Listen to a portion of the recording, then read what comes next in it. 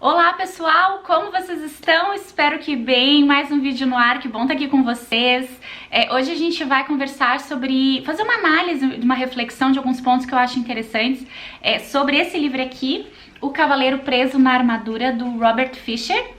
Esse aqui é um livrinho de autoconhecimento muito antigo, eu tenho certeza que muitos de vocês conhecem já esse livrinho. Ele é fininho, super rápido a leitura é gostosa também, a forma como o autor conta, é quase uma fábula. Conta a história de um cavaleiro que utiliza sua armadura, né, para combater, para guerrear, enfim, para salvar a população, mas com o passar do tempo ele acaba não retirando mais essa armadura e fica permanente com ela, até um momento da vida dele que ele tenta tirar essa armadura e não consegue. Quando a gente pensa na armadura, a gente está entendendo, na verdade, que é uma metáfora, porque o cavaleiro utiliza a armadura para lidar melhor com as suas emoções, para tentar provar o valor que ele tem para a população, né, da vila que ele mora, e também para se proteger de muitas emoções, de muitas situações. E essa proteção faz com que cada vez mais ele se distancie de quem ele realmente é e das relações. Então ele tem um filho, ele tem uma esposa, e com o passar do tempo essas relações vão ficando cada vez mais gastas. E é nesse momento que ele tenta tirar a armadura por uma imposição da esposa e ele não consegue. Quantos de nós não utilizamos de armaduras, de cascas e camadas e máscaras, tanto para nós provarmos para os outros quem nós gostaríamos de ser, como para nós nos protegermos também com o passar do tempo de dores e sofrimentos e situações que acontecem na vida de todos nós. Não é mérito ou demérito de ninguém. Todos nós passamos por essas situações. E as nossas armaduras são uma proteção do sentir, do lidar de fato com aquela situação. Muitos de nós utilizamos de máscaras e de armaduras para não nos colocarmos muito vulneráveis ao outro, mas também não tem como a gente viver e se colocar em empreitadas na vida, em situações novas que geram medo e insegurança, e também em relacionamentos, é sim estarmos vulneráveis, faz parte, mas assim como nós estamos vulneráveis, o outro diante de nós também está vulnerável. As armaduras, as máscaras, muitas vezes são formas de nós tentarmos chegar um pouquinho mais perto do ideal do eu, né? O eu ideal, aquilo que eu espero ser, aquilo que eu gostaria de ser. Então eu utilizo de um artifício para que o outro não enxergue de fato como eu realmente sou, e eu entendo também que essa armadura é uma forma de eu não liberar as minhas pulsões, de eu segurar, porque ao final de contas as pessoas estão vendo uma outra pessoa, e eu tô tentando ser essa pessoa que eu tô tentando performar. Porém, também não é sustentável. Uma hora ou outra a gente acaba sim trazendo a nossa essência, os nossos ímpetos, nossas tendências. Então é impossível por muito tempo nós sustentarmos uma personalidade que nós não temos. E aí quando isso acontece, quem tá com a gente sofre, porque aquela pessoa tá esperando que nós sejamos aquilo que a gente performou até agora e não de fato aquilo que a gente realmente é. Nós entendemos que é um problema, né? É um problema eu ser eu, é um problema a minha personalidade. Então eu preciso ser diferente daquilo que eu sou para que gostem de mim, para que me aceitem. E ele faz muito isso, ele utiliza da armadura para mostrar o quão valente, o quão bom de coração, né? O quão preocupado com a população, né? Quando ele precisa salvar alguém. Então ele se coloca nesse papel do ideal de eu, e na verdade dentro dele existem muitas questões, como existe dentro de todos nós. Obviamente que esse cavaleiro não entende que a armadura é um artifício para ele lidar com as emoções. Como muitas vezes nós também não entendemos que essas máscaras sociais que nós usamos nos lugares por que passamos, nas relações que temos, também é uma forma de nos protegermos ou de mostrarmos o valor que temos, ou que gostaríamos de ter. Essa atitude nem sempre é consciente. Nós não entendemos muito bem o porquê fazemos, mas fazemos.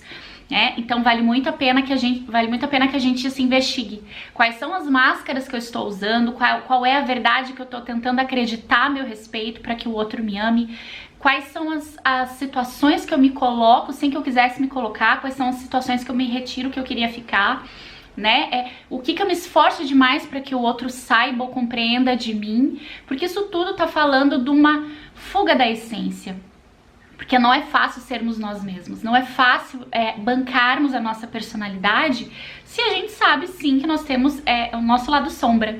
é aquilo que a gente não gostaria e que a gente se esforça ao máximo para esconder, que é essas armaduras, essas máscaras que nós usamos para esconder esse nosso lado, como se fosse somente isso que nós fôssemos, né? Eu só sou esse meu lado que eu não gosto, que eu tenho vergonha, que eu me culpo e que eu preciso esconder. Porque se a pessoa souber quem eu sou, ou seja, só sou a minha sombra, a pessoa vai embora, a pessoa não vai ver nada de positivo comigo.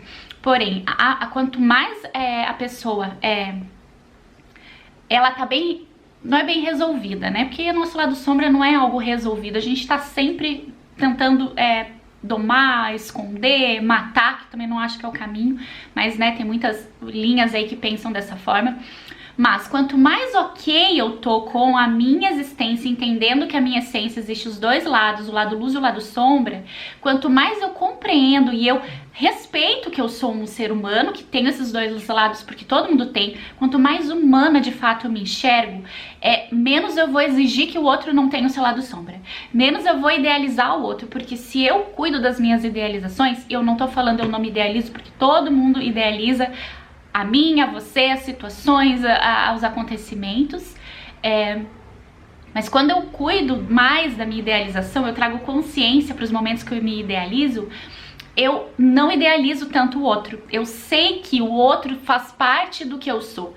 O lado sombra, o lado luz, projeções que a gente projeta o tempo inteiro nas relações, pulsões, aquilo que a gente gostaria de ser e não consegue. Então, quanto mais eu respeitar que eu sou um ser humano imperfeito, mas estou em busca de melhorar, mais eu enxergo isso no outro, que ele também é imperfeito, que ele não vai ser o meu ideal, que ele não vai ser a pessoa perfeita que eu desejo, e que significa que ele tem os dois lados, mas não significa que ele só tem o lado que eu não gostaria que ele fosse ou que ele tivesse.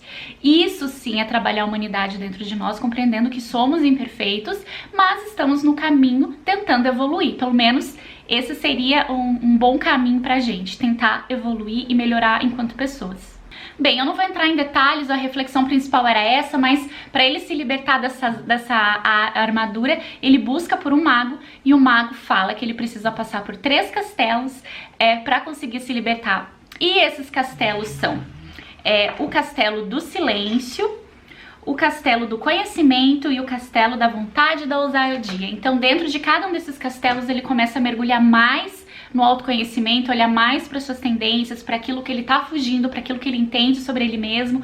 Quanto mais ele vai trabalhando o autoconhecimento, mais ele vai percebendo quem ele é e o porquê de ter utilizado aquela armadura e o que aquela armadura de fato representa para ele, verdadeiramente, não o que ele imaginava lá atrás. Indico muito a leitura para vocês, porque é um livro leve, gostoso, de autoconhecimento e que sim, permite ótimas reflexões, uma boa investigação aí, e especialmente sobre as nossas proteções, sobre os nossos medos e o nosso sentimento de que se eu for o que eu de fato sou, isso vai ser uma ameaça para o outro e eu vou me sentir muito inadequada.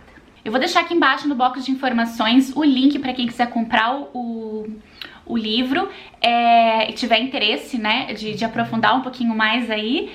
E também vou deixar o meu site, eu sou terapeuta, trabalho com autoconhecimento e desenvolvimento pessoal, e vou deixar também outros canais que vocês podem me encontrar: Spotify, nosso podcast, Instagram e Telegram. Um beijo e até o próximo vídeo.